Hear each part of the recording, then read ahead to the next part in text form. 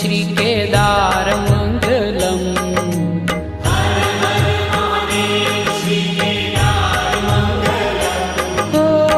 त्रिपुरहार त्रिलोकी आधार मंगलम।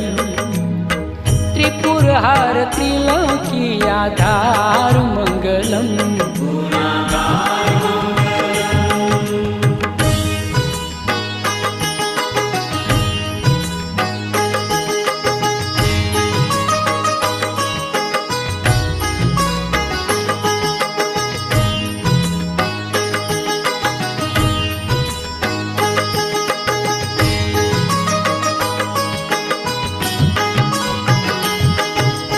कोशमेश्वर देवादिदेव मंगलम।